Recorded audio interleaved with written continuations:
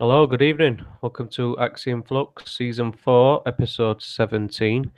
It's the 4th of March 2018. And PJ, I'm hosting tonight, and alongside on the panel, I've got the infamous Stav, Predator Geoff, and Jouster. How are we all doing? Yep, all right, PJ. Fine, thanks.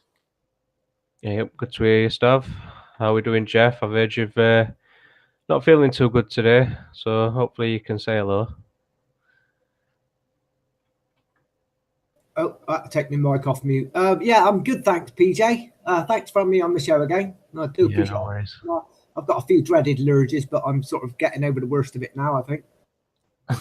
That's the beauty about the internet. It's very difficult to pass that sort of stuff along, isn't it? And we've got Jouster as well. I don't think Jouster's been with us before, but I know he has been listening in. So welcome on, Jouster. Thanks for joining us. Right. So tonight's pick, if you've not yet established, is the One Belt, One Road. It's initiative started in China. It's quite a gigantic project, to say the least, and it's basically reviving the old Silk Road with an addition, which is a maritime version of it to run alongside. So it's an in-depth discussion. We're not going to cover every angle on this, that we can guarantee. We're not experts, so, well, I'm not anyway. But I've looked into this, and we've all decided to give it a good go, so we can at least make you aware. If you've never read it, at least you can start to do your own research into this sort of stuff, and who knows, maybe you can find out stuff that we're not going to divulge tonight. So we've got a video, a couple little videos. They're only 2 minute long each one, and it's just to basically open up tonight's topic and introduce the show. So we've got Geoff on standby here. Hopefully we can get his screen share going, and we'll crack on with the first video. Okay, PJ. Right, this is the what is the One Belt? What is the One Belt, One Road initiative? And I've got the video up here. I'm just going to play it for you. Hopefully there's no adverts. Here we go. Can you see that okay? Yep, got that. Cheers, Geoff. It's the oldest overland trade route in the world, a network dating back to the 5th century BC, stretching from China through Central Asia to Europe's borders. The Silk Road transported everything from spices to gunpowder and, of course, silk between East and West. Now China's President Xi Jinping is bringing it into the 21st century under the name One Belt, One Road. Goodbye camels, hello trains, capable of transporting Chinese-made goods like laptops 12,000 kilometers to Germany. That's faster than shipping by sea. But maritime trade is also a big part of the One Belt, One Road, linking key ports in Asia, Europe, and Africa. While the maritime route already carries much of the world's cargo, its overland counterpart is much less developed and passes through some of the world's most remote regions. So the challenge for China and its partners: create a 21st century superhighway while reducing prohibitive import and export tariffs so that East and West can do more business with each other. Okay, cheers for that, Geoff. You're doing well. Hang in. Only another little video to go. Right. Did you want me to play the other one now? Yeah, play the other one. We'll get it out of the way, and then we can move on with articles and information that we've got, followed by this group discussion. Okie dokie, PJ. I'm still screen sharing, yeah? Yeah. Okie dokie, this one, Understanding the Belt and Road Initiative. Okie dokie, here we go. Belt and Road Initiative in 1 minute. How the Belt and Road Initiative will expand trade. Expanding global trade is one of the key priorities of the China-proposed One Belt, One Road Initiative. The grand design took concrete shape when China agreed to a $45 billion investment in Pakistan, with most of the spending going to build the China-Pakistan Economic Corridor. Starting at Pakistan's Gwadar port on the Arabian Sea and ending at China's Xinjiang. The corridor will promote connectivity in the South Asian region and provide a shorter and cheaper route for trade with the Middle East and Africa.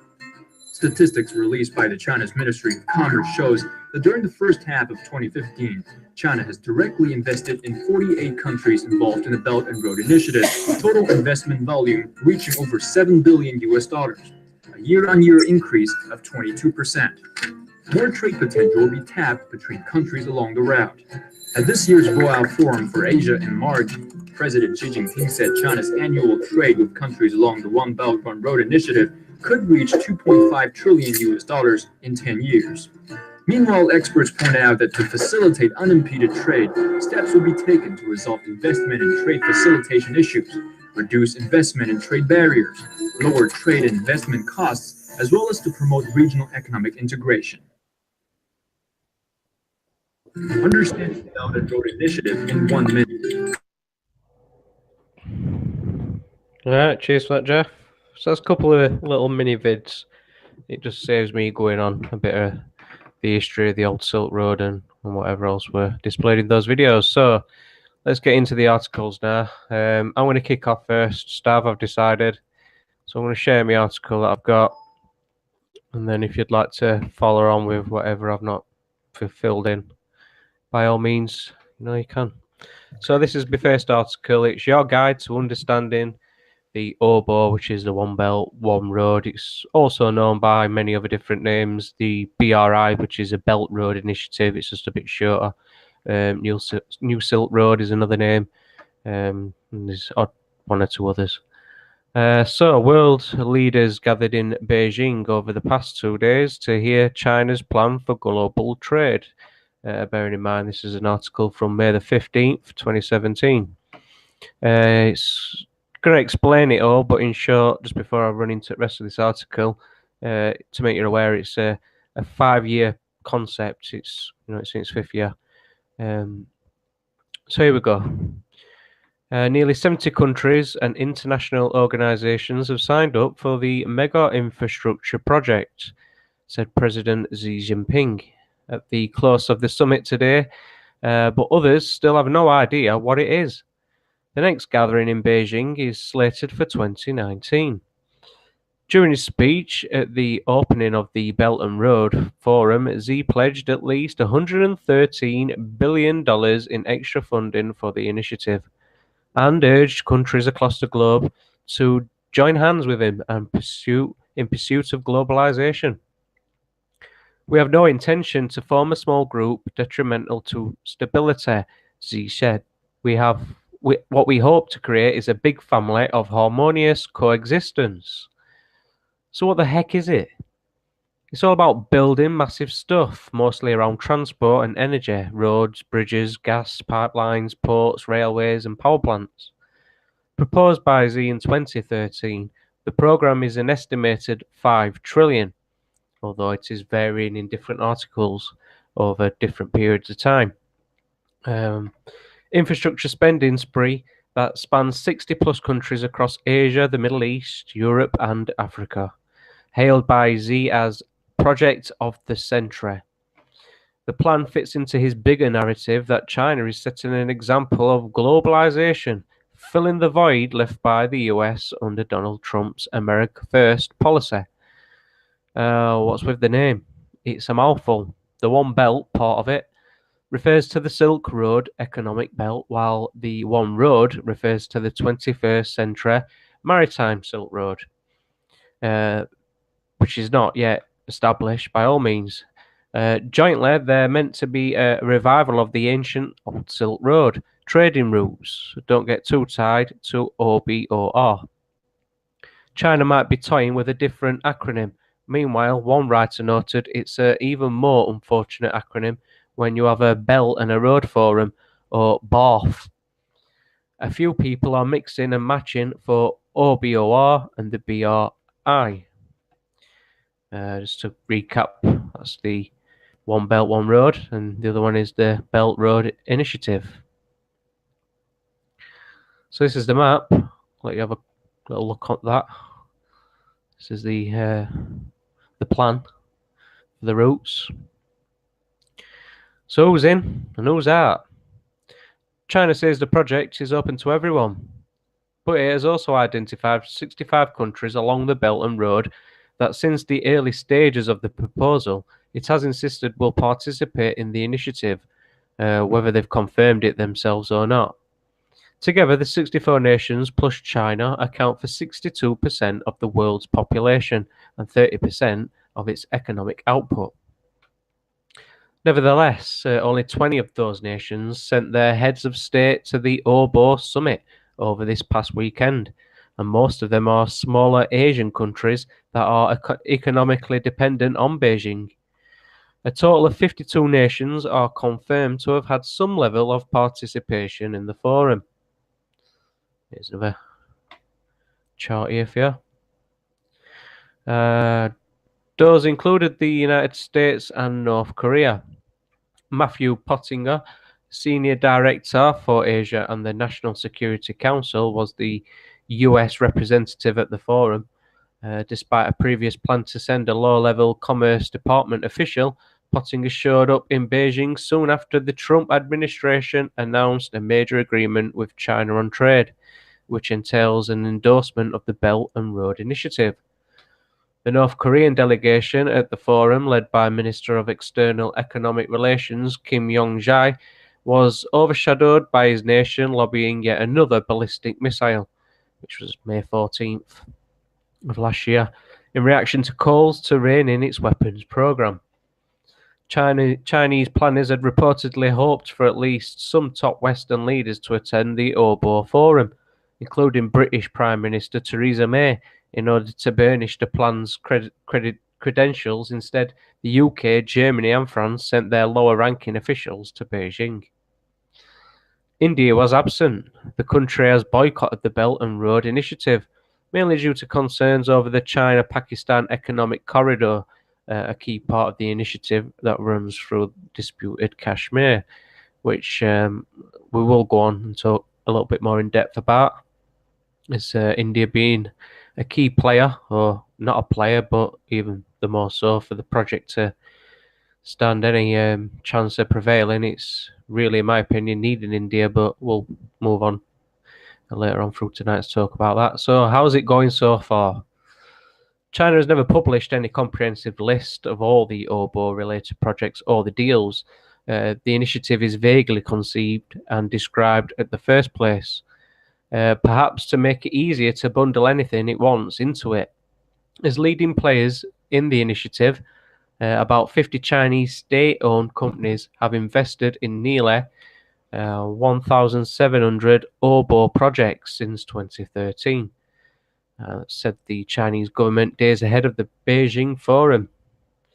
The flagship projects include this $46 billion China-Pakistan corridor, a 3,000 km high-speed railway connecting China and Singapore, and gas pipelines across Central Asia. The Belt and Road Initiative has also entered regions as far as New Zealand, Britain, and even the Arctic. Nearly $500 billion worth of projects and M&A deals were announced in 2016 across 7 infrastructure sectors, including utilities and telecoms in OBOR countries, a decline from 2015 according to a report from audit firm PricewaterhouseCoopers. That was in February. A third of the projects and deals were in China. The PwC, which is the PricewaterhouseCoopers, said the rest spread across the other OBOR nations. So breaking them down, the PwC found that the value of newly announced projects has been flattening, going up just 2.1% in 2016 from the earlier year to about $400 billion. And M&A deals in 2016 fell 49% in dollar value from the previous year. PwC noted, citing stricter capital controls amid a weakening yuan. The infrastructure investment in One Belt, One Road nations, so you can see there. I'm just going to skip this next bit. Where does the money come from? The $113 billion in extra funding Z promised will be dispersed through 3 different sources. These include the state-owned Silk Road Fund, which was officially launched in 2015 with $40 billion of initial capital, and 2 Chinese policy banks, the China Development Bank and the Export and Import Bank of China. Some analysts have warned paywall that some OBOR projects financed by these banks may lose money, maybe a lot of it.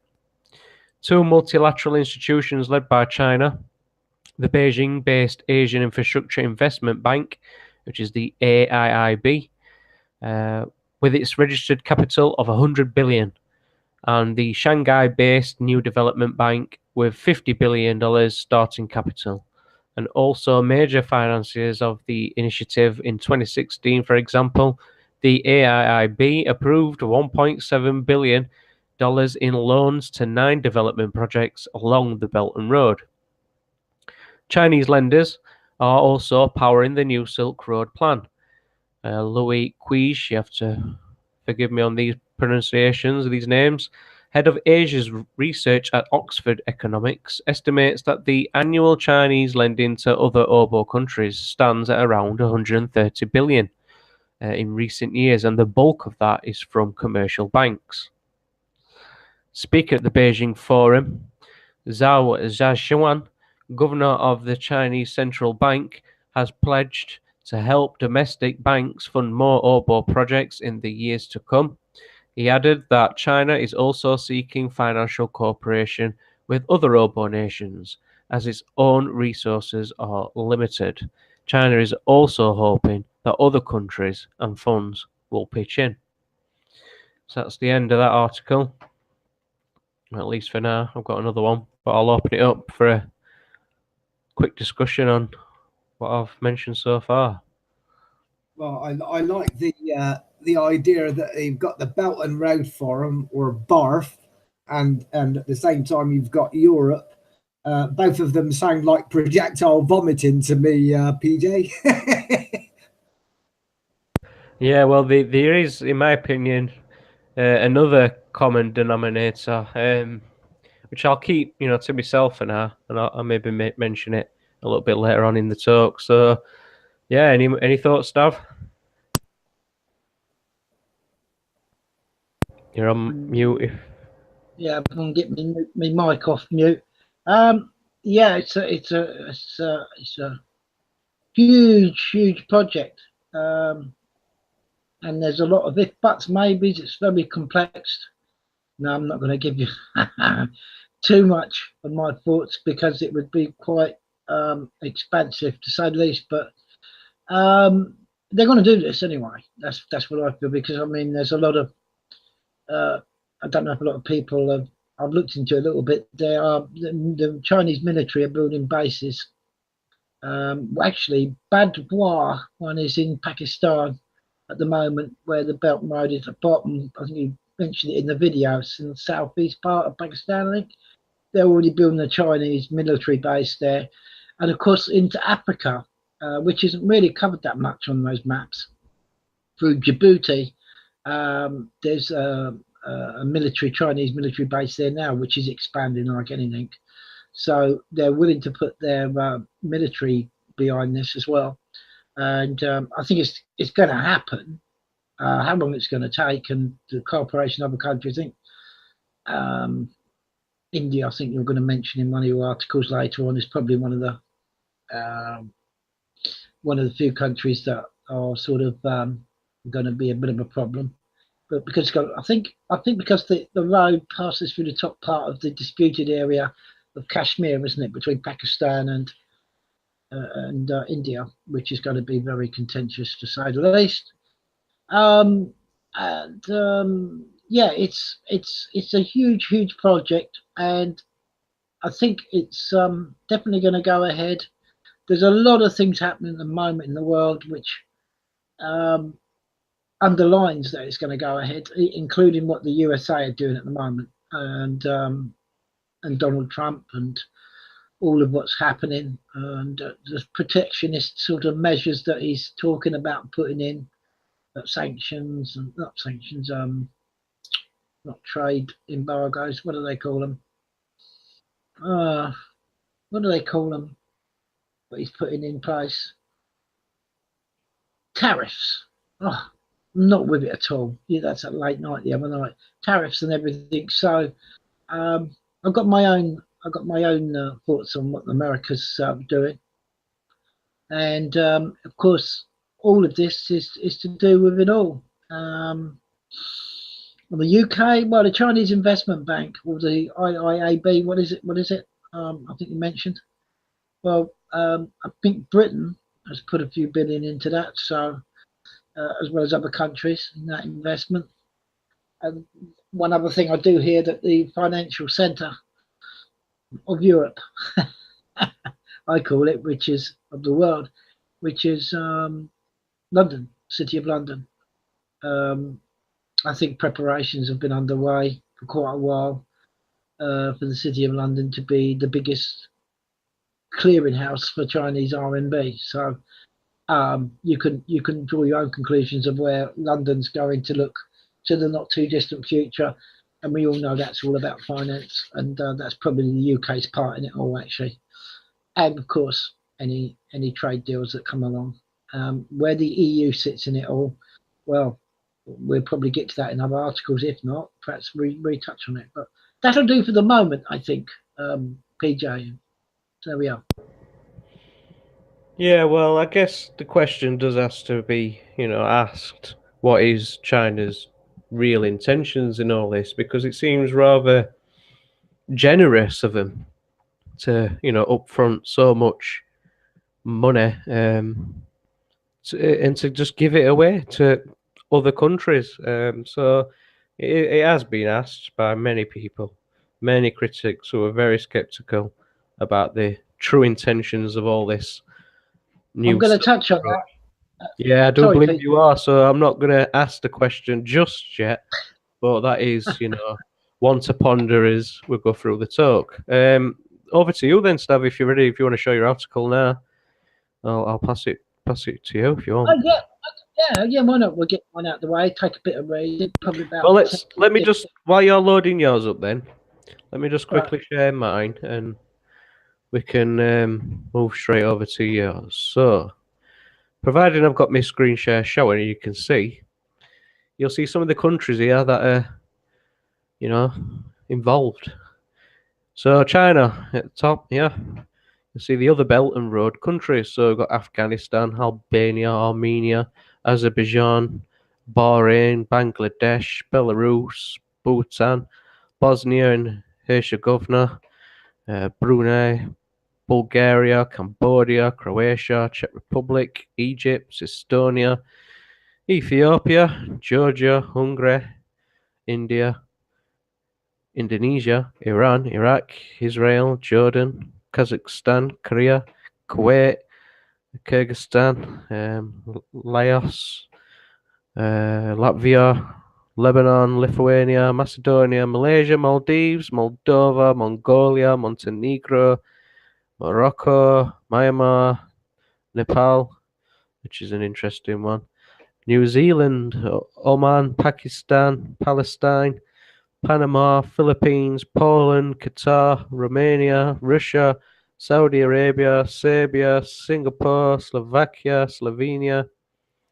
South Africa, Sri Lanka, Syrian Arab Republic, Tajikistan, Thailand, Timor-Leste, that I've never even heard of until today, Turkey, Turkmenistan, Ukraine, United Arab Emirates, Uzbekistan, Vietnam, and Yemen.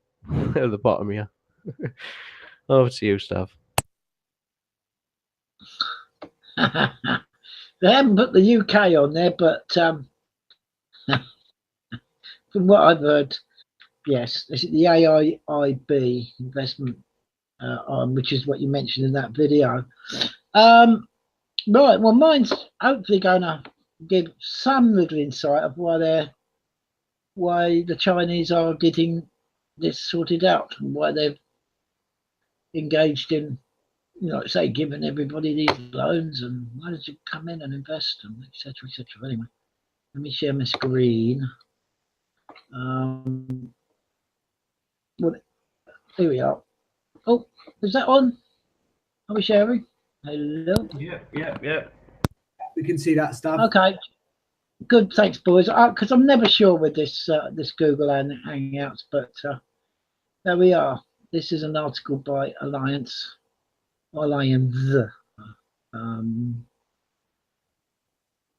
Economic Insight by Ulle Hermes. Will the Chinese consumer save the world? Might be part of the answer, PJ, but anyway, I'll read the article and you can decide. There's some charts on here I won't linger on unless you insist, and we can see what they're describing as with their charts. But anyway, I'll read you the article and we'll see where we go there. The United States represents the largest final consumer market with nearly 30% of the global household consumption. As it contemplates more protectionist policies, the world may have to find itself a substitute. China is a strong candidate thanks to its economic size and growth track record. Executive summary. I'll read you this bit because it ties in with it. The United States represents the largest final consumer market with nearly 30% of the global household consumption as it contemplates more protectionist blah, blah, blah, which I've read. China is a strong candidate thanks to its economic size, $11 trillion plus and a growth track record 6% plus this year. Chinese aggregate final consumption went from representing 1/10 of the United States in 2005 to 1/3 in 2016. It didn't take long, did it? Extrapolating this trend and assuming a gradual opening of the Chinese market for consumer goods, China's private consumption could match the US in 2040. 3 C's to make China the #1 consumerization and income growth from smart industrialization, successful currency internationalization, and strategic cooperation and influence building. Industrialization, let me just see there what it says. I'll just stop it there. From smart industrialization. Smart. What does that mean, PJ? Smart technology, I think. Anyway, we'll move on. The main winners from the rise of the Chinese consumer are 1. Producers in the US, Western Europe and industrial Asia, Singapore, Japan, consumer goods for China's middle class, commodity exporters in Russia, Central and East Asia and Oceania, as One Belt, One Road reduces transactions costs. Competitive suppliers in Asian and South Asian countries fit for China's manufacturing of 2025. There are 3 risks to this projection. 1, a disorderly credit crisis in China. 2, a negative demand shock from the US. And 3, regional political escalation. Yeah, there's the bit that hopefully answers a few questions, PJ and guys, to the question why they're doing this. The rise of the Chinese consumer. The global economy did start the year on a strong note as global trade accelerated, driven by strong import growth from China and the US. Yet more protectionist measures from the US could harm this outlook. Imports from the US account for 13.5% of global imports of goods and services.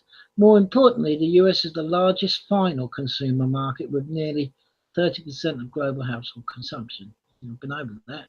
As China accelerates its internationalization 2010-2015, its economic size, 11 trillion plus, recent growth trajectory, 6% real terms, ambition to uphold free trade, make it a strong candidate to offset a potential retreat from the US as the #1 consumer market.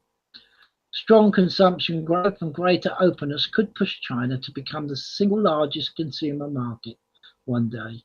In 2016, China's consumer market accounted for 10% of the total aggregate household consumption, and the US consumer market still is 2.9 times larger than China's. However, China now represents 1/3 of the US consumer market, a rise from being 1/10 in 2005, and now accounts for 25% of the total consumption growth when it was only 9% in 2005. In the meantime, the US went from accounting for 30% in 2005 to 25% in 2006. It's reiterating over the figures it's already quoted, I guess.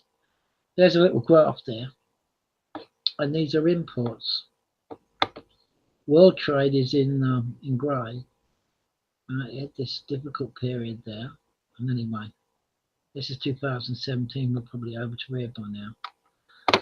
So China's imports, started to shoot up quite a lot, but it's gone a little bit awry here, and I think that's all to do with geopolitics, with what's happening in North Korea, these tariffs and whatever being slapped or talked about, slapped on by Donald Trump, etc. Now, anyway, still well above the United States here and the rest of the world here.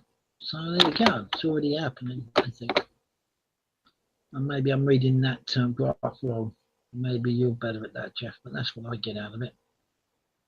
Our central scenario for China is that growth will rise by plus 6-7% in 2017. This article is 2015-2016, by the way, to slowly, gradually to 6% by 2020, reflecting a progressive tightening of monetary policy and continued cutting of overcapacity. Proactive fiscal policies with public deficit above 3% GDP will support domestic demand. Post-2020 economic growth is set to stabilise at a slower but healthier pace of 5.5%, underpinned by solid growth in the domestic private demand. Less leverage and less overcapacity would allow positive and substantial rise in investments, which might create a positive feedback loop, fostering wages and employment, thus consumption. Net trade performance would decrease gradually, reflecting stronger growth in imports. There we are, that's the GDP. As you can see, it's what's predicted. The GDP has been slowing down, but it still quite leaves the rest of the world to shame. And that's to be as expected because of because they're becoming a rather large consumer economy too. And I think that's what this is all about for China. Anyway, assuming a gradual opening from the mainland to foreign goods, a broadly stable trade compact with the US and the Chinese private consumption in US dollar terms grows a pace of 8% per annum in the longer term compared to 16.5% annum in 2005-2015. And the US one reties with long-term trend of 4% per annum. China aggregate household consumption could match the US by in 2040. So there we are. And we can go a bit further down. We can read that a little bit about Xi Jinping. He's calling for more open economy echoes are opening the Chinese market for investors and exporters alike, which is confirmed by the reduction by a third year to date number of protectionist measures. Note that consumer goods are often spared with harmful trade restrictions, open focus in industry. So, maybe they a bit early to say it in the article, but anyway, consumerism, currency and cooperation will drive Chinese consumer takeover. Consumerization, currency and cooperation, 3 C's there, will drive the Chinese consumer takeover. So America's, as we know, is losing its dollar hegemony, petrodollar. The banks system is in a hell of a mess. You've got to look at the markets. If you've been following it lately, it's completely all over the place. But anyway, driver 1, consumerization and income growth. In the short term, there is room for firm growth in private consumption, plus 7.1% in real terms, in 2017. Household balance sheets are robust as household debt is relatively low at about 45% of GDP. That's what they're at the moment. Yeah, I mean, America is over 100%. It's well and truly bankrupt in the old way of looking at things. And I think even the UK government debt is around about 90%. If you factor in private debt, you're getting up to 200% of GDP, and it's absolutely ridiculous. Double bankruptcies, and the 105% that they quote recently for the American GDP, when you factor in all the derivatives, and it's mental. It's absolutely mental. But we won't linger too much on that, otherwise it gets a bit complicated. What do we say? 45% GB and household savings accounts for 30% of their household savings accounts for 36% of their disposable income in the wake of the 13 million additional urban jobs created in 2006. We expect an increase of plus 12 million in 2017. Last wages are set to increase as corporate profits improve. Industrial profits to 22.7 YTD, blah, blah, blah. 8.5% in 2016 after a minus 2.3% in 2015. I won't go too much with these figures, but there is a continued rise in minimum wages, albeit at a slow pace, and population's aging. The supply of high-skilled workers is tight. In the longer term, manufacturing 2025 will be pivotal to ensure sustainable growth of private consumption. It consists of comprehensive upgrade of China's manufacturing sector to a higher tech, higher value added activities. Key measures include support policies, fiscal incentives, public investment for the development of 10 key sectors. Major changes in the business environment to promote innovation will strengthen intellectual property rights protection in China. Wow, going forward, going forward, the change in the Chinese growth model should be reflected in employment and wages structure, while white collars are skilled jobs with higher pays should increase.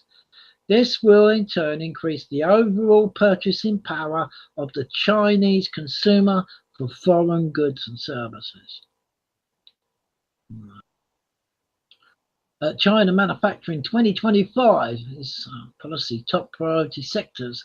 Next generation information technology, high-end numerical control, automation and robotics, aerospace, ocean engineering, high-tech shipping, advanced rapid transit, metro light rail, energy efficient and new energy vehicles, electrical power equipment, agricultural equipment, new materials, biotechnology and high-tech medical devices. Driver 2, currency internationalization. Right, on top of higher revenues, the Chinese consumer will need to have a fully convertible and strong currency. Buy and borrow from abroad with reduced risk of transaction. In 2006, renminbi weakness mechanically translated into subdued wealth in effect in US dollar terms. China's US dollar denominated GDP growth slowed to 1.3% in 2017 from a 5.5. It's slowed to 1.5 in 2017. Maybe this article is more up to date. From 5% in 2015, slower than US nominal economic growth, plus 3% in 2000. Total capital outflows were substantial at 640 billion. 2016, a lot of figures here, boys. 647 billions in 2015. Figure 5 shows the higher policy uncertainty explains most currency movements. Going forward, capital account liberalization and successful internationalization of the renminbi are sine qua non conditions for Chinese consumer to matter. A strong renminbi would improve China's purchasing power, decrease import costs, and support a rise in domestic consumption. The Chinese private sector could rely more on external financing and stimulate the economy further. Further financial openness, sound policies. Further financial openness. Yeah, I'm kind of blurting through this, guys, and I know a lot of it's not going to go in to a lot of people. Half it's going in my own brain. But here, further financial openness. Yeah, there's another key thing. Sound policies to lure investors, reduce overcapacities and debt concerns, and enhance currency management are needed. And enhanced currency management are needed. They're all on the to-do list. All right. Might be a bit pain for you guys, this article, but China's policy uncertainty index RMB per US dollar. I'm going to skip through that one. Corporations of strategic influence. China's decisive move to speed up its influence agenda will help out the Chinese consumer at the center stage. A couple of the examples of the Chinese bloc approach. First, a regional comprehensive economic partnership could be a game changer. The group, which involves China, Japan, South Korea, India, Australia, New Zealand, and Asian members, represents 25% of global household consumption, 27% of global imports of goods and services, and 45% of global savings. An impressive amount to finance homegrown investments. Secondly, One Belt, One Road, which could also initiate a positive feedback loop from investment on trade and trade to consumption. The strategy aims at boost connectivity and cooperations across countries in Asia, Europe, Middle East, Africa, and from infrastructure investments. These two initiatives come on top of a myriad of bilateral agreements that China has been sealing with countries from Iran to the US to Panama and Angola across sectors. As a result, the Chinese consumer tastes have changed in sync with China's selective opening to the rest of the world going forward. We believe that the economic diplomacy will continue to boost the share of global consumption coming from China. Who stands to gain? If China were to become the largest final consumer, the winners would be threefold. First, high-quality goods producers. China's demand for consumer goods has increased rapidly between 2005 and 2015 at an average growth rate of 14% per annum, led by a rise in demand for cars, pharmaceuticals, and food products, in line with the rise of the middle-class countries that are investing heavily in innovation and that are well positioned in selling consumer goods to China, have a better chance to catch the eye of the Chinese customer. Western European countries such as Germany, Switzerland, and France, and Asian markets like Japan, Singapore, South Korea, Taiwan, and US are also very competitive, but politics could cloud the outlook. The old dreaded politics. Second, cheap and nearby commodity producers' industrial needs for commodities may be less important as the country moves to a more service-based and quality-driven economy. So the winners will be on the most cost-competitive suppliers. Large regional producers such as Indonesia, Malaysia mining energy, Russian energy, and Australian mining will remain close partners due to strong economies of scale and strong positioning. However, we expect newcomers like Mongolia, Myanmar, Turkmenistan to grab market share gradually as improved infrastructure eases transactions costs. Robust opportunities in agriculture will continue to rely on Asian and Australian New Zealand production. Here we are. I can't read that, it's too small, but these are these charts. I'll leave a link for this and everybody can have a look and make the most of these charts and decide for themselves. Third strategy in cheap manufacturing suppliers. With rising labour costs in mainland China's companies are set to outsource part of their manufacturing production, low-tech labour intensive to low-cost countries, South Asian markets, Pakistan, Bangladesh, Sri Lanka, and I noticed they're not mentioned India, but may get to that later, and Asian CML, Cambodia, Myanmar, Laos, and Vietnam would be the main winners. Figure 8, the cheap goods, right, for production, China's going to outsource to these other poorer countries so they can get on the ladder of manufacturing the cheap, shiny stuff. Anyway, Figure 8 provides evidence of growing integration between China and the CMLB with rising investment from China to these markets, imports from these markets to China, competitive labour costs, large and young workforce, Geographical proximity to China and good connectivity improvement determine the main winners. And you can go again. I'm not going to dibber too much on these stuff, but I think it finishes up here. And it says, mind the risks, China, US, and politics. Yep. Going forward, we see 3 risks that can hinder this projection. They are at a low likelihood for now, but we will require close monitoring. First, a disorderly adjustment in China. Credit risk is elevated with corporate debt of 166% of GDP and return of shadow banking activities. 29% of aggregate credit lending flows in April 2017. Fuel persisting overcapacity in basic material. China has started to adopt targeted macro-prudential rules to address such risks. But should China undergo a credit crisis, the consumer will have to tighten its belts and therefore contribute less to global consumption growth. Secondly, a negative demand shock from the US. The US account for 18% of China's merchandise exports. That is to say, 3.4% of GDP. As such, a sharp decrease in demand from the US could have a significant impact on export revenues, industrial production, and thus job creation and consumption growth. Disappointing policies and clear signaling of protectionism. China represents 44% of the US trade balance deficit for goods in Q1 2017 could jeopardize consumer awakening. Last, geopolitical tensions in Asia. Renewed risk of war in the Korean Peninsula is the most immediate concern. Regional tensions have escalated recently, with North Korea stepping up its military efforts. In the long run, China will also have to face rising discontent from legacy frenemies, such as India.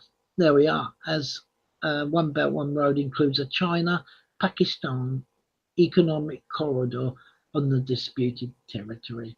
And I think that's about it, really. There's a few comments from other people, but how comes China all of a sudden have got a massive consumer population? One reason is that what you believe you hear coming from China is not actually the fact on the ground in China.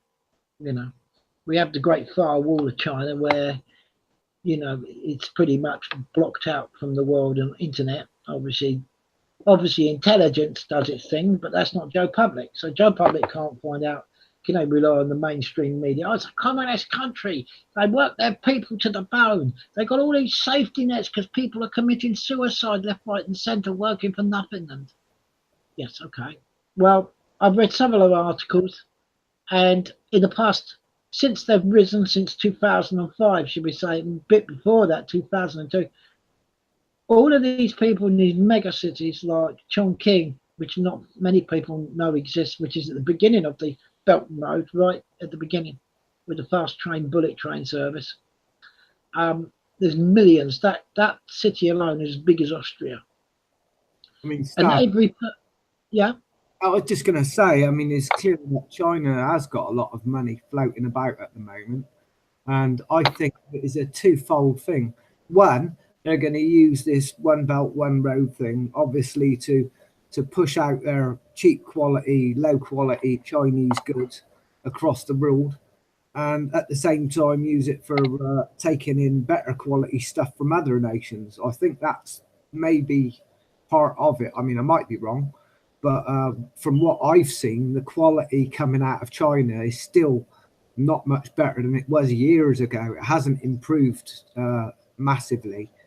If anything, it hasn't really. The quality has never been there in Chinese. Do you know why? Because they've overproduced. They've made too much steel. And they've got too much concrete, and they just want to get rid of it, I think. Allegedly, haven't they got a supposed debt of 32 trillion? Yeah. No, it's not a debt. You see, what they've done, the banks in China, right, unlike the Western banks, they don't do quantitative easing. They do qualitative easing. And there's a difference with that. The Chinese banks print the money just the same as the Western banks print the money just the same. Right? They call it quantitative easing here. Over there, it's qualitative easing. And the difference is they loaned their money out to businesses to expand, to build cities, to create jobs. And they allowed all these workers to save 50% of their wages. That's how come they've got a massive consumer society waiting to be released as well, which they have to feed to keep their whole economy going. And now they have to start outsourcing the cheap Chinese stuff to other countries along the One Belt and One Road, going even further east, by the way, to the other countries. And the reason we have dictators, bankers that quantitative ease us to death, qualitative easing actually goes into the economy and goes into the people, where ours goes straight back in the stock market. I think another thing, they've got all these nail houses that they're building up in China where they've got, you know, nobody in them. They've got absolutely masses of these things being built, and they're like, you know, basically low quality, low maintained properties. What do they intend to do with all that? Is it just for the speculative housing market, or maybe they're planning to do something like what they've been doing in Europe by getting a load of immigrants in? Maybe that's their plan. I don't know. It does make a question. I don't need any immigrants, Geoff, that's for sure. We've nearly got 2 billion people. But my take on that, right? My take on that was actually how to put money back into China's investments. It's very complicated why they built some of those cities. Whether they get used or not, it doesn't really matter. But why the West are concentrating on these nail houses, which obviously exist, yeah, right? They're not concentrated on these massive cities, right, that have got millions of people in them that have all been working and doing their thing and being able to save their own wages. Something you can't say of the West. We're just a debt economy, you see. So the West will keep you focused on what they say is a Ponzi scheme. But you don't get too much about what's really going on into the major cities over there. They don't want you to see what China's doing, right? China will look after itself, most definitely. But it has a rising middle class that pisses all over most of America and Britain as a middle class. Because we don't have a middle class, we have a class of debtors. That's what we are. Right, so and further degradation and destruction of our lifestyles and standard of living. So basically, that does exist, but we don't hear about the other things in China because the mainstream media won't leak it out, and they're quite protected of their privacy. With, like I say, can you go on the internet and go and speak to an ordinary Chinese person in Beijing and talk about the weather? This sort of brings back what I was discussing with you the other day, Stav, about how the Western society, the middle class, is getting wiped out, and yet in China they're sort of creating a middle class because they've got all this money floating about, which is sort of in a way a complete reversal of trends, isn't it? So you know, if you were to say that communism is, you know, the sort of idea that that you've got the super rich and just the super poor, and then in the fascist right wing like England and America, you've got the middle class and that. Well, it's all sort of reversed. So it's like the West has become the communist countries, and the communist countries has become the capitalist countries, sort of. Absolutely, Geoff. Absolutely, because you know. How did the Chinese people manage to save 50% of their money? One, it's totally deregulated, all of the work out there. A lot of the workers don't pay any tax. You know why? Because the Chinese government don't collect it. There is no regulation in what you do, how much you earn, how many hours you work. All of this bullshit taxes that we're crippled with in the West, they've allowed the Chinese worker to expand, his wealth, if you like. This isn't totally all of China, because in the West you've got a lot of minorities, and they've still got that resource to capture, if you like, within China. You know, those people which are having difficulties in the Western area, it's mostly the Han Chinese that are the, you know, middle class or whatever. But because of total deregulation, something Donald Trump and America would never do, something the UK would never do. No, they're going to stop you. What? You want to grow an economy? Get rid of income tax. Bam. Get rid of income tax. Let people keep money. Let people go to work and pay and have a better quality. No. And that's what they've done in China. Now, when you say it's a communist country, well, it seems much freer than any capitalist country I know of.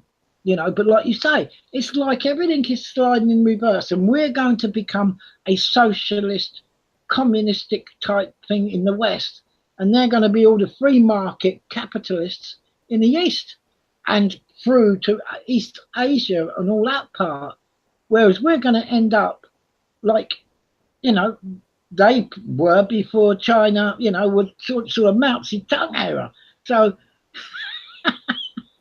you're quite right, Geoff. And you know what? I think that's pretty much true. I think so. So my question is, the article says, will the Chinese consumer save the world? There we are.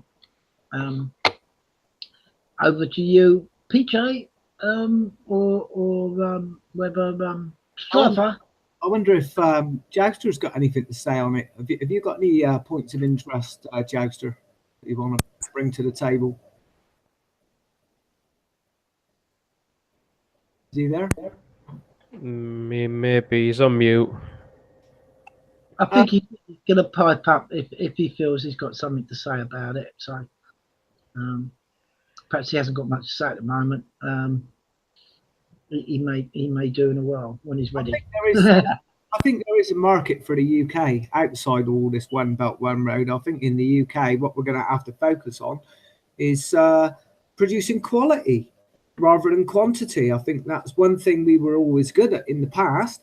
If we go back to that, producing high quality end goods, you never know, we might get a big export out to countries with a lot of money like China, get it onto the one belt, one road thing somehow, and ship a load of it to China and get some good money in return and help, you know, get rid of our massive deficit here. I don't know, just an idea.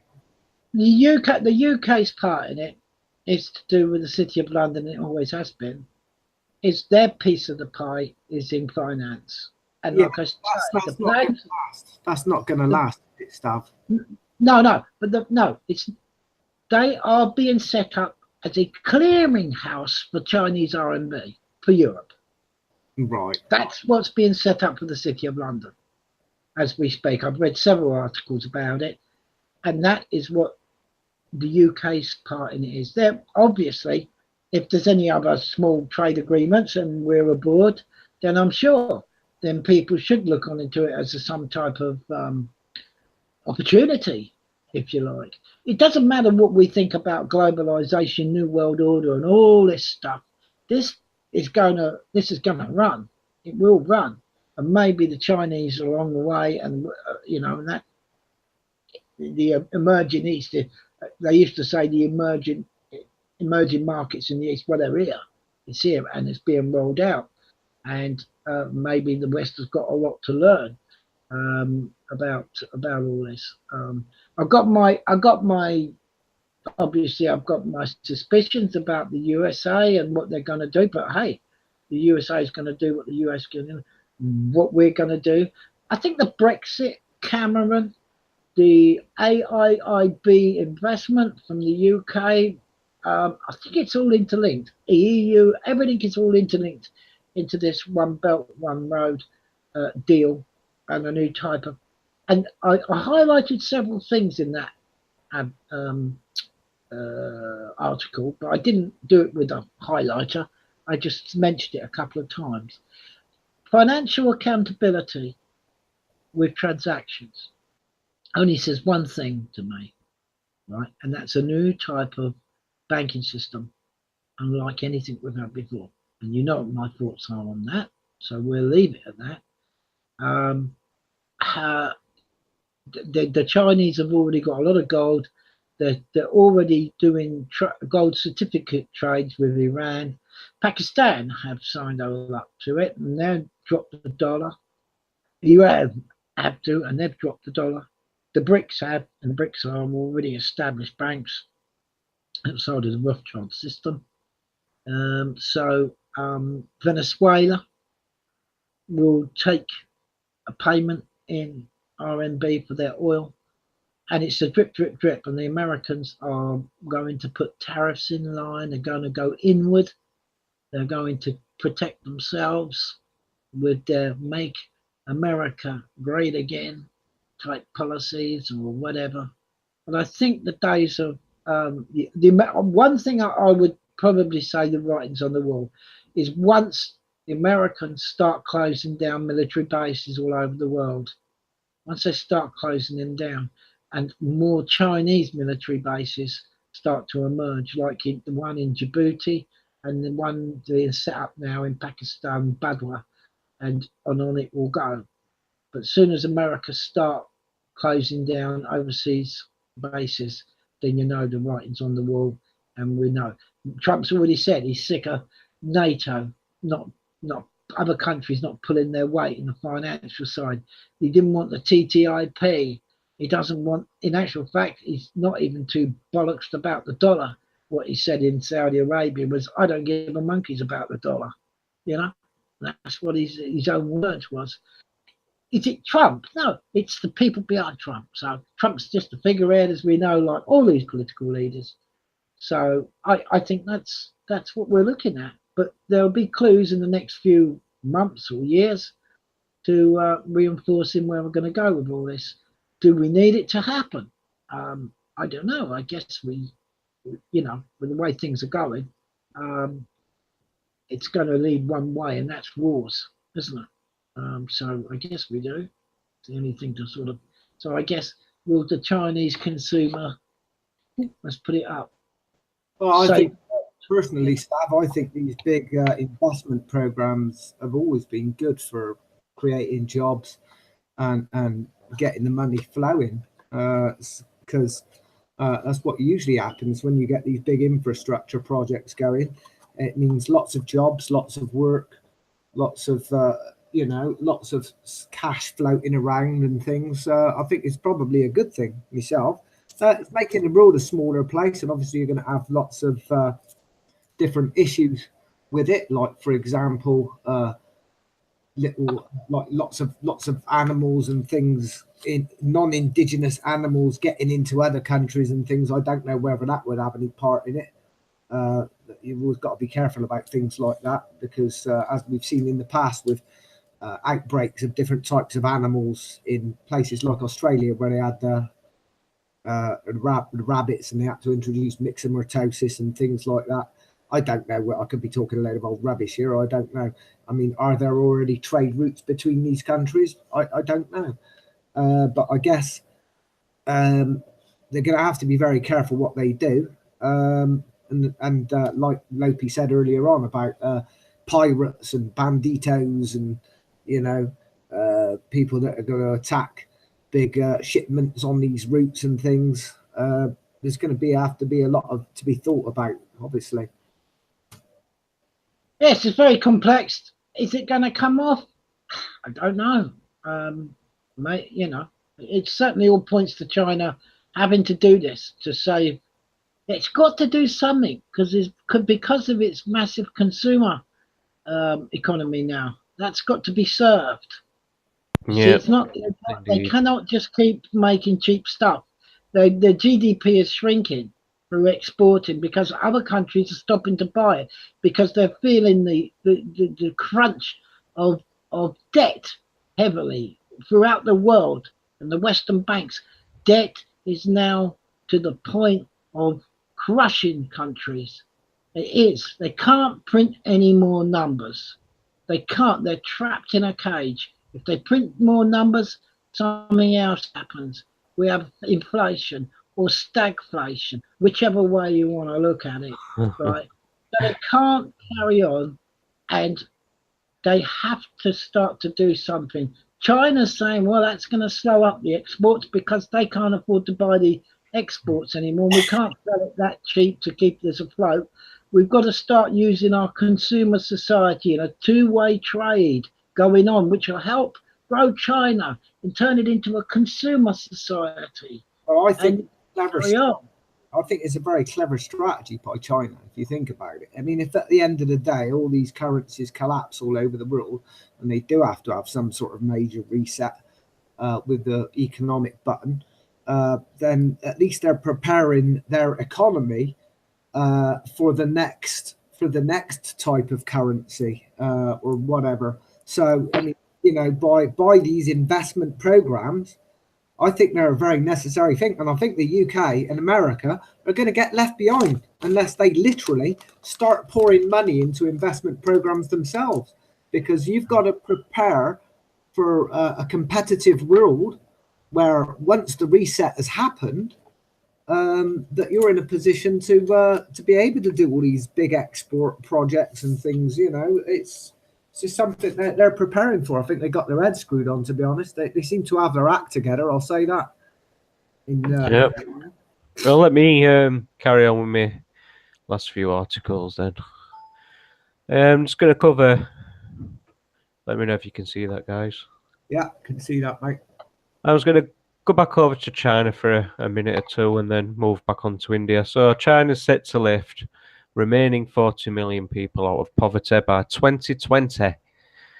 So this is debatable whether you want to say the government policies has lifted them out of poverty or if the people have done it themselves. You can argue all day on that. 800 million plus. Nah, so, well, it must be more. In fact, if there's only 40 million people left. And that's by 2020. I'm not going to read these articles. I'll show you that little graph here. I'm going to skip through it because there's too much to read. I'm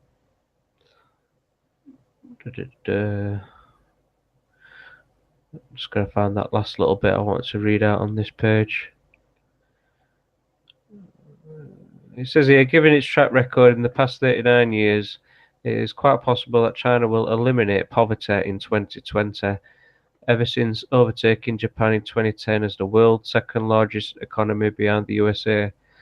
China's GDP today stands at 11.2 trillion US dollars, as against America's 18.57 trillion US dollars. This is no small achievement for a nation whose GDP of 147.3 billion US dollars ranked 10th in the world in 1978, when the US was in first position at 2.2 trillion. So that's that. This is another article here which sort of like challenges it and asks the question, who's lifting the Chinese people out of poverty? These are articles that I'll put in description for you to read. It says here, refrain from using the term lifted out of poverty in quotes in the previous sentence, and what's curious is that China's state media does the same when reporting this news in Chinese to its own people, while China's largest state-run news organizations routinely boast about China lifting its people out of poverty in their English language editions. These same news organizations avoid the term in their native language. It just says at end, one likely answer is a government bent on cleaning up its human rights record to the sometimes skeptical developed countries of the West. Each year, China's State Council releases a white paper on the country's human rights progress, and poverty alleviation is usually front and center in the report. An editorial in the People's Daily earlier this year complained that certain countries don't consider China's poverty alleviation to be an achievement in human rights, writing that human rights have various manifestations due to different circumstances in different countries. In China, poverty alleviation, healthcare, and social security are proof of the country's progress in human rights. It's a point that's hard to argue with, whoever is responsible for the heavy lifting. So that's that. That's the chart one, and this is my last article now. Moving back over to India. So it says here, unless China changes tack, India won't be the only country opposing the One Belt, One Road.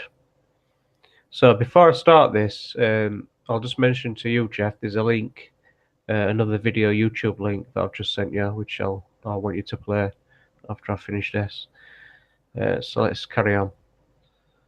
China's Belt and Road Forum, hosted with great fanfare, signals the priority of this flagship connectivity initiative, while also underlining its credentials as the new shaper of global trends and norms.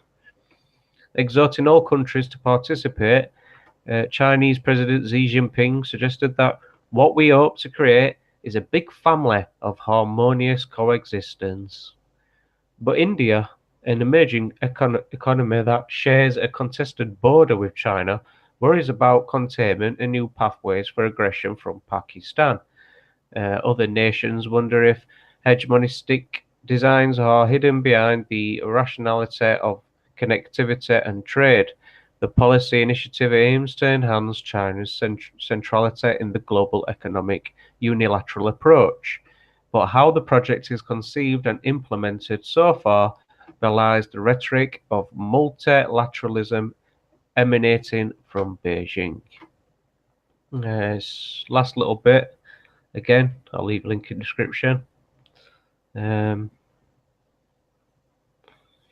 India has its own set of connectivity initiatives, such as Myanmar's Kaladan project, the Shabara Port project with Iran, as well as the North-South corridor with Russia, which could be potentially leveraged.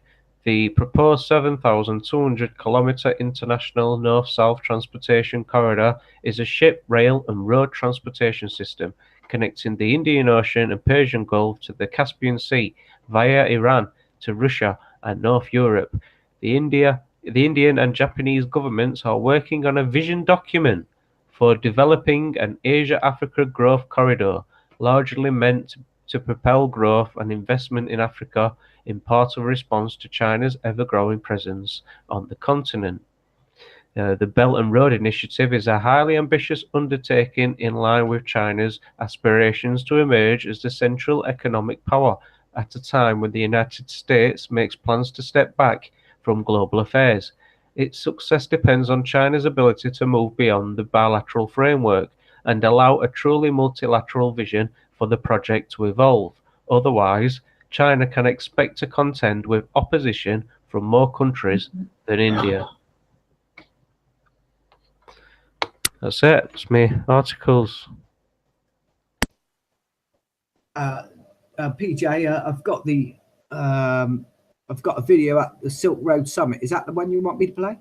Yeah, if it's the last one on your Facebook Messenger, yeah, that'll be the one. So yeah, we've talked geopolitically now. I just wanted to cover it geographically, which is this video. Over to you, Geoff.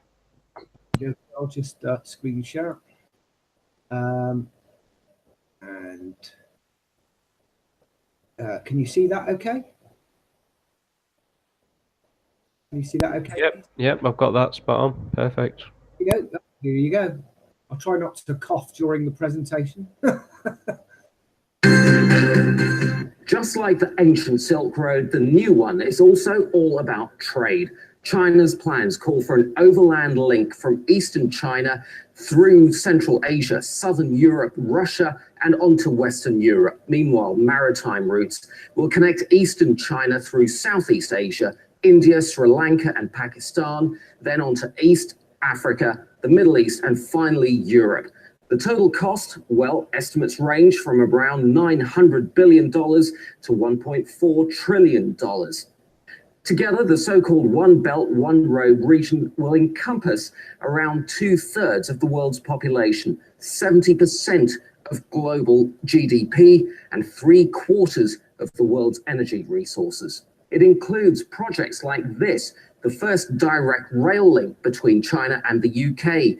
This freight train takes 17 days to make the trip, about 1/3 of the time it would take a ship to transport the cargo by sea. So why is China doing this? One simple reason is to boost China's slowing economy. It also wants to make it easier to source and transport oil and gas to fuel its growth for decades to come. But many analysts say it's also a way for China to expand its political influence. The government says the new Silk Road comes without any political strings attached.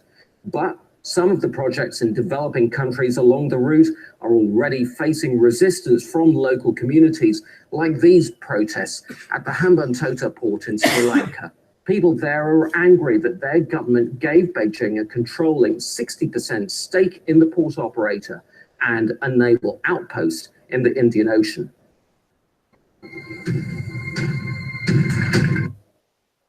Cheers, Geoff. Nice one for that. Yeah, so as you've just seen, that's the planned route. It's going to cause some disturbance, no doubt. It already seems to be worrying a few of these nations. I think partially because it's a huge project and it's a bit, I don't know, what's the word I'm looking for? It's a bit too early, to say the least, isn't it, to really know what we're getting involved in. And I'd say this, we remember what EEC were like, yeah? Now, is this just another version?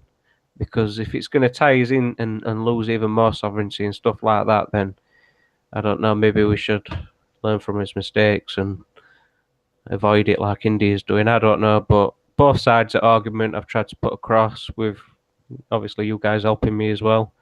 And Lopi's just joined, which is brilliant because Lopi had an interesting point, and she wanted to touch on the India side with the wars and things that have been going on.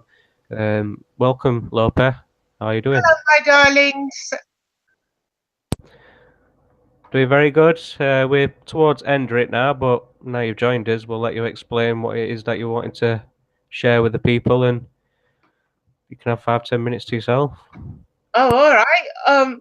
Basically, the One Belt, One Road, or whatever you want to call it, the revising of the Silk Road, is a good thing and it's a bad thing. In a nutshell, it's going to cause an influx of growth on the infrastructure of all the countries that it goes through.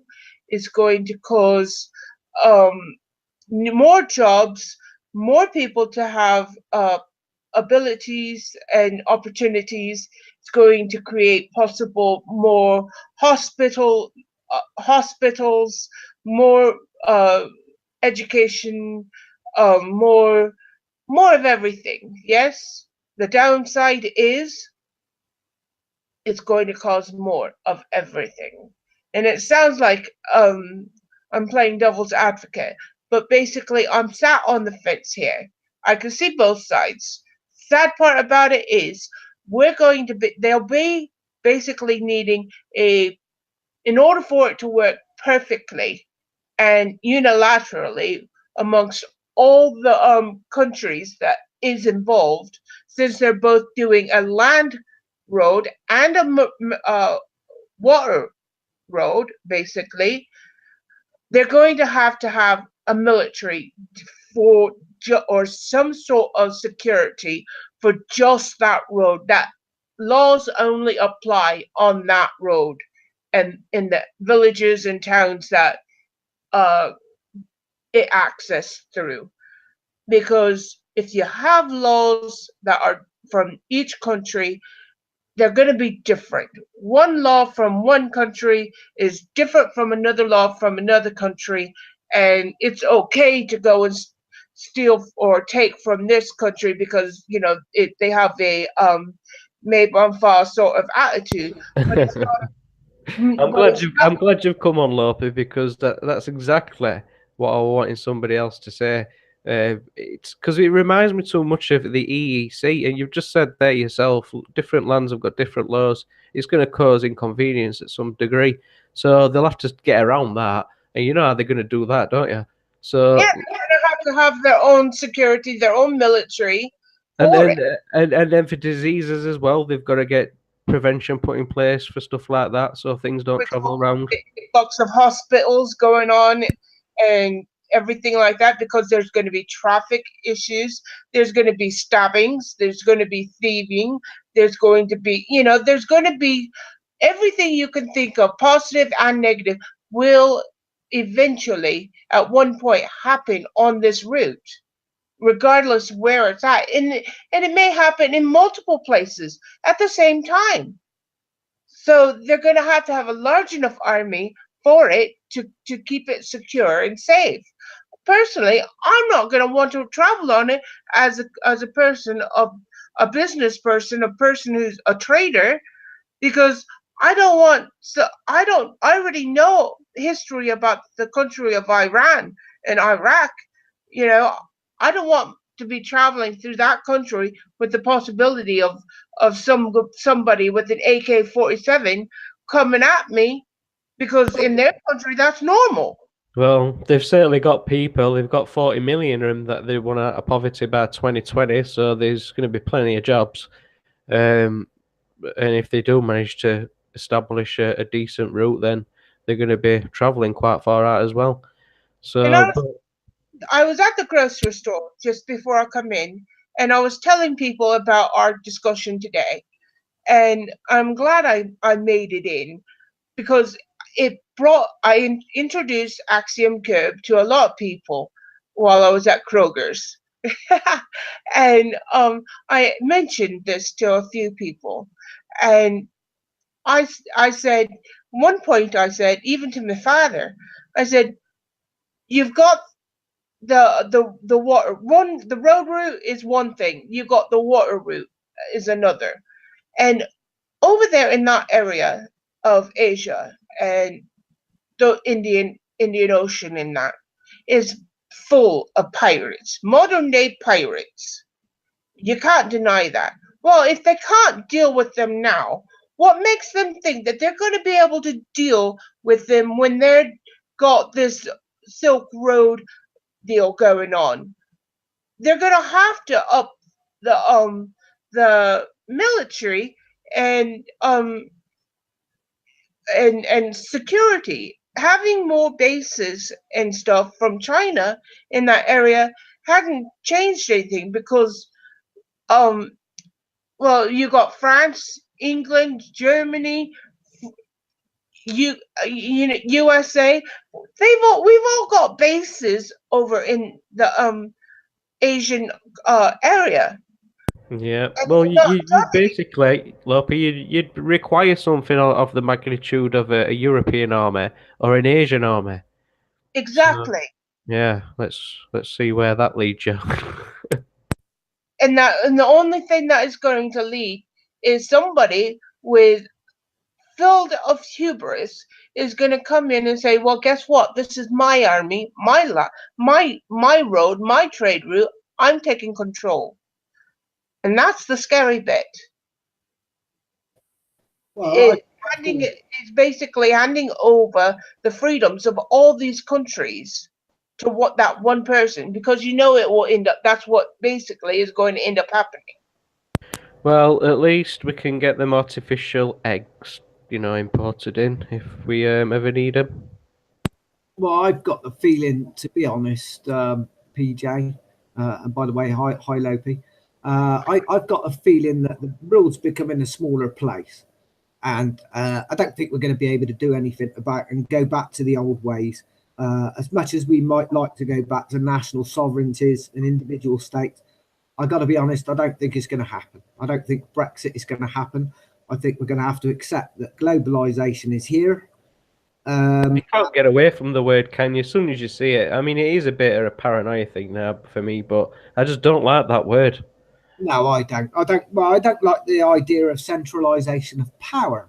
The word alone is a bit frivolous to me. I can't grab it. I don't see the concept. Globalization. I'm talking about globalization from a trading point of view. Well, any point of view. Yeah, I know, but the world's becoming a smaller place, isn't it? We're not going to be able to get away from that, and there's going to be more and more trade routes popping up. There's also the one that goes through Europe and then Russia and Siberia, and then through into America. So there's going to be that big trade route, possibly. Maybe that's going to come about as well. it's going to make, in a way, it's going to make trade and things like that easier. Can I ask a question? And it's basically, it has a lot to do with this, and I'm sure Stav would be able to interject. Do you know what caused the fall of the original Silk Road? Oh, I don't. What was that, Lopi? Do you know, PJ? The fall of the original Silk Road. Yes. I know certain stories of it, versions, but I don't actually know. I can't honestly say that I've got an exact correct answer for that. No, maybe Stav can. I don't know. There's a few things that caused the original fall. Yeah. You know, do you know? Well, like everything, when one country gobbles up all the trade and becomes the main centre for what the world wants, as we know at that time, you will get to other countries saying, "Well, you've got the hegemony in this," and you know, other countries want a bigger piece of it. War. Wars came along, and the rest is history. Exactly. We can see. Yes, of course. That's what always happens to these things, and that's what happens. That's what's going to end up happening this time. You're going to have a lot more of the problems. Only difference is we're not going to be riding on horses. It's not, and camels. It's not going to take as 3 months to go from one side of the country to the other. It's going to take them an hour. It's going to take them a few days. It's, you know, it's not going to be any much different as far as the dynamics of the old one. It's just we're going to be a lot faster.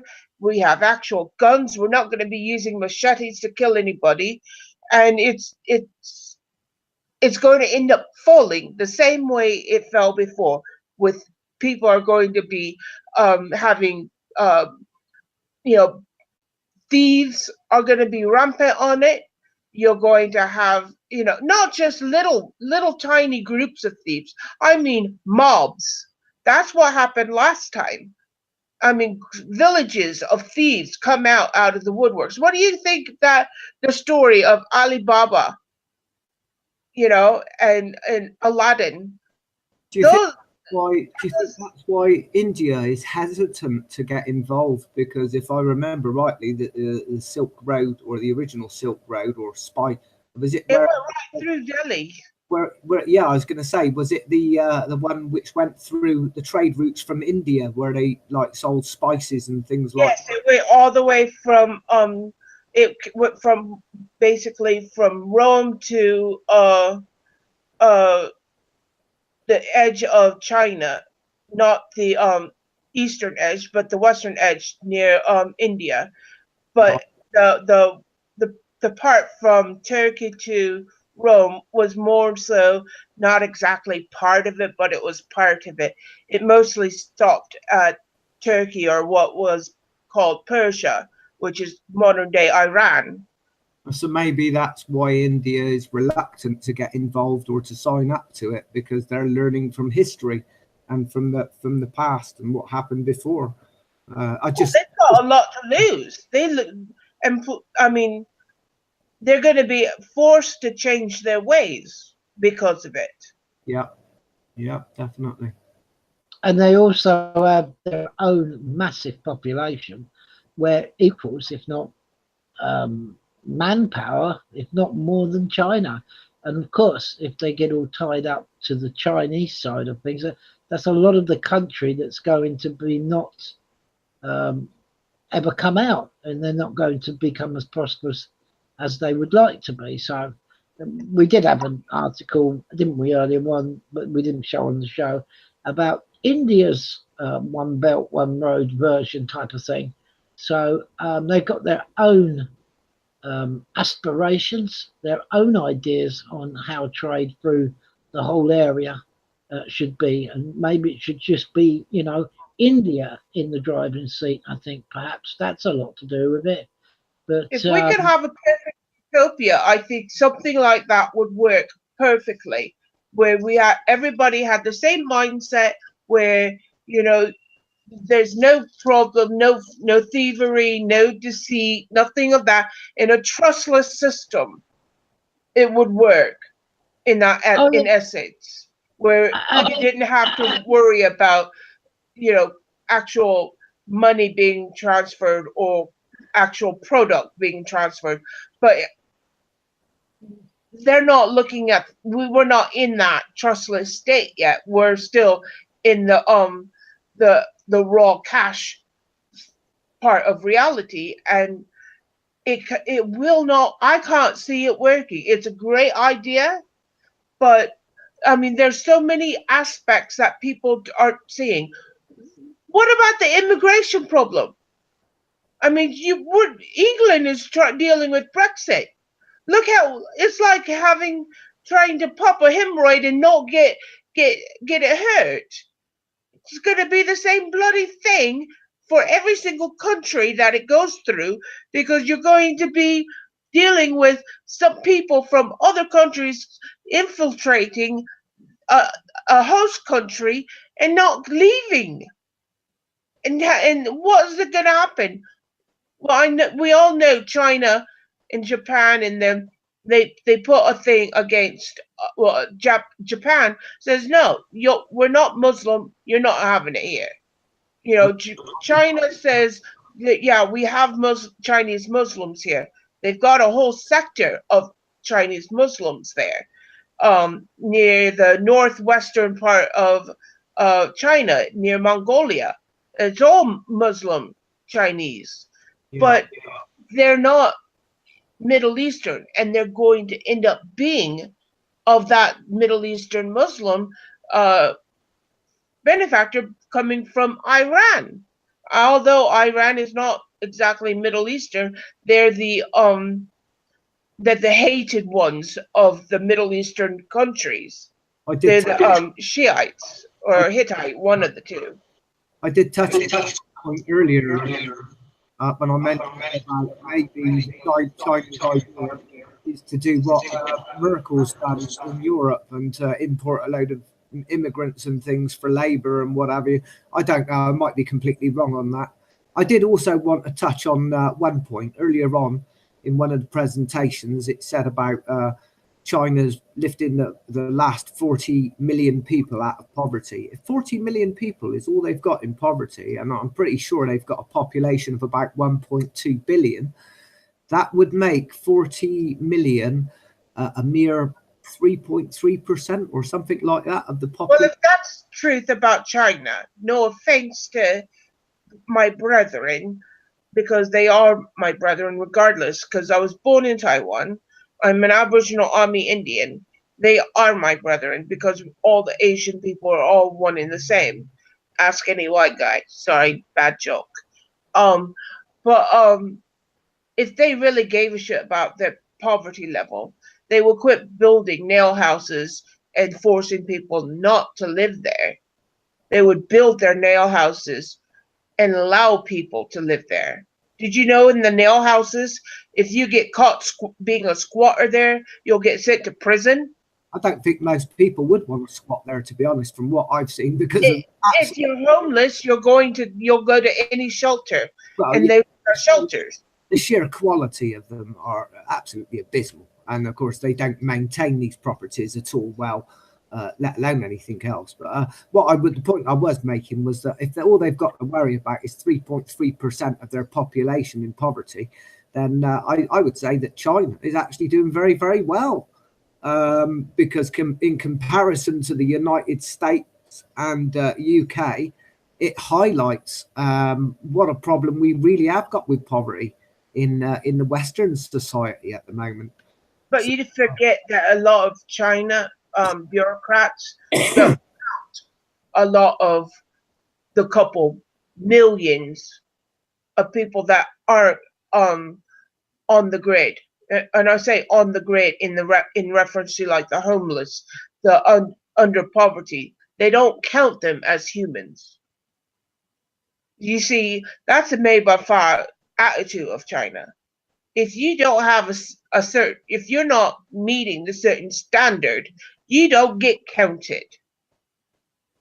Well, I think That's there's why going you to be. see so many of them, and yet those ones aren't being counted. You assume that they're being counted, but in the Chinese bureaucracy, they are not counted. They are lower than the dogs that they kill to eat on the Chinese dog festival.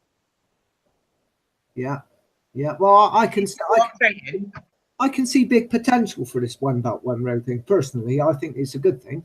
I think it's going to create a lot of jobs, a lot of infrastructure, and I think that is also, you know, maybe that is China's fed up with the low quality rubbish that they've got over there, and maybe Well, if they're fed up with it, they shouldn't have been following Mao. I think it's, you know, I'm like you, Geoff. It has got good potential if it's genuine. The only difficulty I see in it is without India, I don't think it's going to reach its best potential, and I don't think it'll last. To be honest, Here's a good question. If why is it so? You know, if they did, let's say India didn't want in on this deal, and China is selling it off like it's the biggest thing next to sliced bread. it splits it off. It gives China and India 50% of the power, and that's two of the biggest populated countries. Do you know? Yes, but let's say India didn't want it, and they don't, obviously, at this point. They're hesitant. Why don't they go up north a little bit into Russia and come back down? Because Russia borders right now. India's using that route. They're trying to establish, or I don't know if they've partially already established, but they want to get through Iran up through to Russia, which is their objective, which is why they say they don't need this one belt, one road that China's offering. See, that's the thing. Why is it if India doesn't join, why isn't Russia involved in this? Because Russia has a lot to deal with it too. It makes That's an interesting point because Russia's actually been quite quiet from what I can, gather when I'm looking around on these articles and YouTube videos, and it's very, very rare, if at all, does it ever really mention Russia as any, part in it to be, whatever they've got. And they're the biggest superpower. Yeah. I mean, in that area, they've got the military, they've got all the things that would work perfectly for something like that. And why are they so hell-bent on making India a partner in it when they could bypass India, go into Russia, and then go into Iran? Well, I think you'll find financially, although it doesn't give you the power of Russia, Russia's GDP is smaller than Italy's. A lot of people don't know how small the the financial side of Russia is. Very small, tiny, and this initially wouldn't benefit the consumers, the new consumer society, what China wants to feed. Now, if we get a total global financial collapse, then maybe things will be done differently. And I agree with you. If you don't have a trustless type system where people can be fully exposed through their fraudulent ways, and also signing up to trade deals which don't incorporate tariffs pushed on other countries from other countries. I mean, there's a hell of a lot, like you say, PJ. It's a massive thing. It's multi-complex.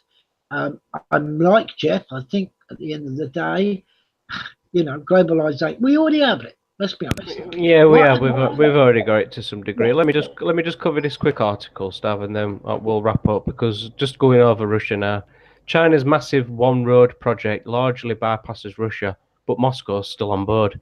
It says it's a great gift to humanity in this bumptious parlance of Beijing. China's grand plan to revamp trade corridors to Europe involves around 60 countries, blah, blah, blah, blah.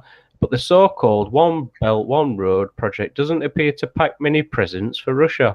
In fact, analysts say it largely ignores China's sprawling frenemy to the north, and it's 11 time zones worth of aging infrastructure and potential investment. So yeah, this is I'll stick this link in description as well, but just quickly touching on that, if that gives you any idea to why it's hardly mentioning Russia in any of this. And yeah, take what you want from it. As far as infrastructure, yeah, it would increase Russia's GDP. It would, with trade and population and everything like that, it would definitely increase.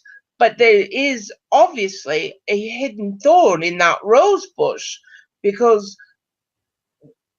normally, you look at history, Russia's on top of anything. They want to be a part of almost anything that gets them money.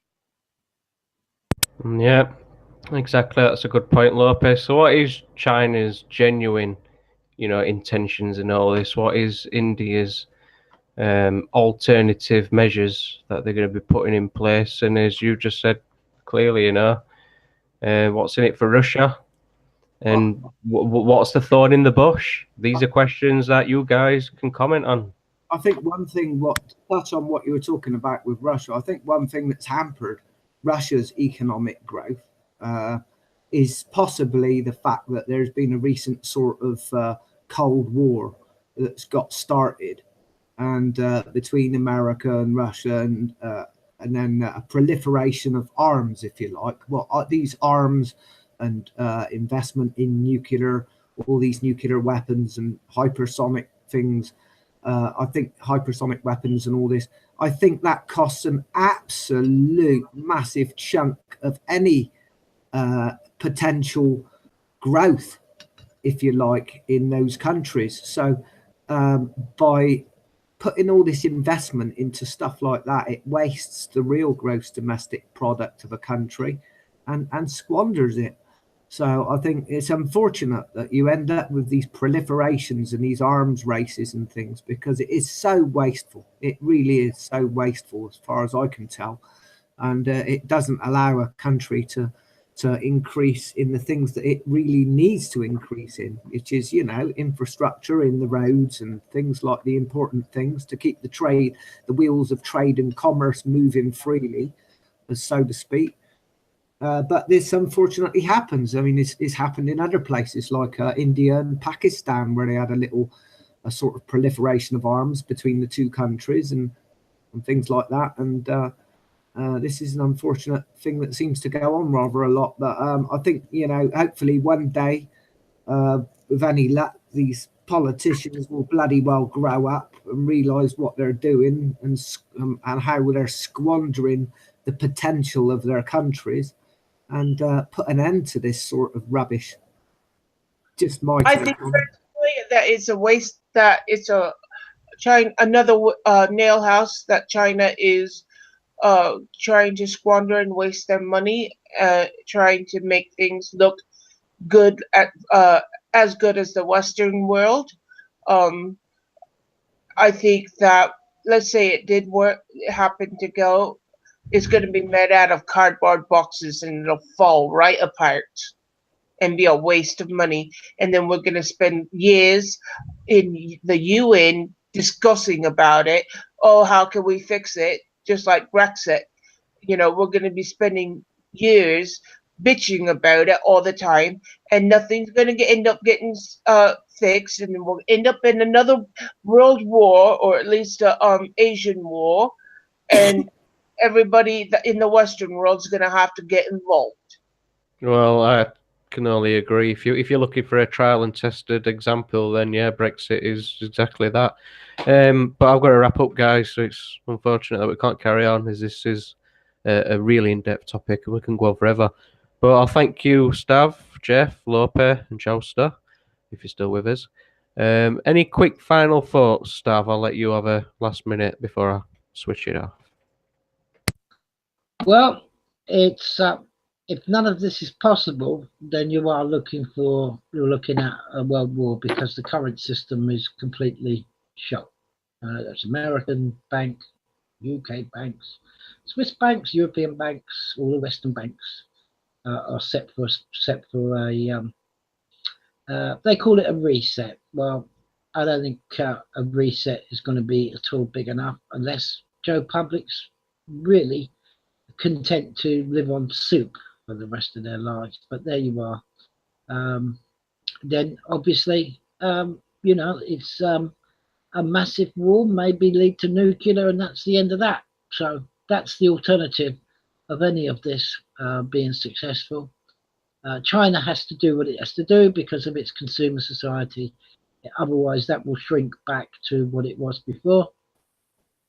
And yeah, so there we are. So people, do we have a choice? Will China save the world? Yeah, I don't know. We'll have to see what happens. But it's, I think people don't realise how they feel secure. They feel they've got everything they could possibly need. But next time you go to a shop, see what you can't buy, or see what you can buy that's not made in China. So there we are. With that, thoughts, I'll put it back to you, PJ. Thanks very much. Yeah, cheers, guys. That's all for tonight. Then I'm going to end it here. Thanks for coming on. Cheers, PJ. No worries. Cheers, Lopi, for last minute arrival. All good in that. I'm sorry I got a little long-winded. No, it's all good. You had a lot to say. Shame we didn't have more time. But anyway, back next week for a different topic. Catch you later.